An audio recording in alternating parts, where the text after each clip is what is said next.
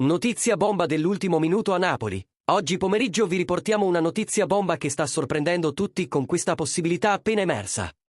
Prima di tutto, non dimenticate di mettere mi piace a questo video e di iscrivervi al nostro canale di notizie, perché oggi è stata diffusa una notizia che promette di lasciare tutti a bocca aperta.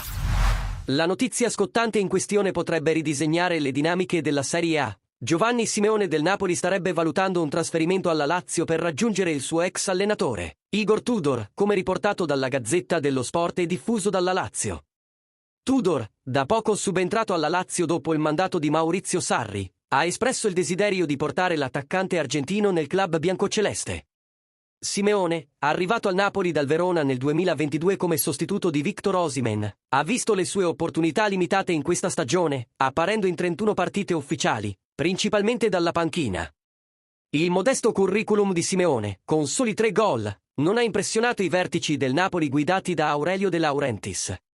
De Laurentiis pare sia disposto a lasciar partire il 28enne, chiedendo fino a 20 milioni di euro per il suo trasferimento.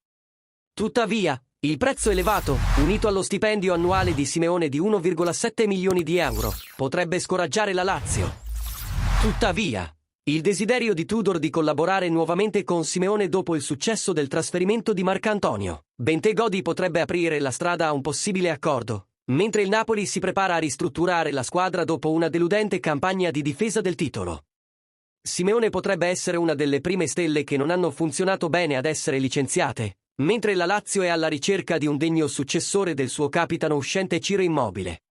Immobile è destinato a lasciare lo stadio olimpico per dissidi con i tifosi, dopo aver rifiutato offerte vantaggiose dall'Arabia Saudita la scorsa estate, ed è ora desideroso di ricominciare da capo fuori dalla capitale. Simeone potrebbe prendere il suo posto, se la Lazio di Tudor riuscisse a trovare un accordo con il Napoli.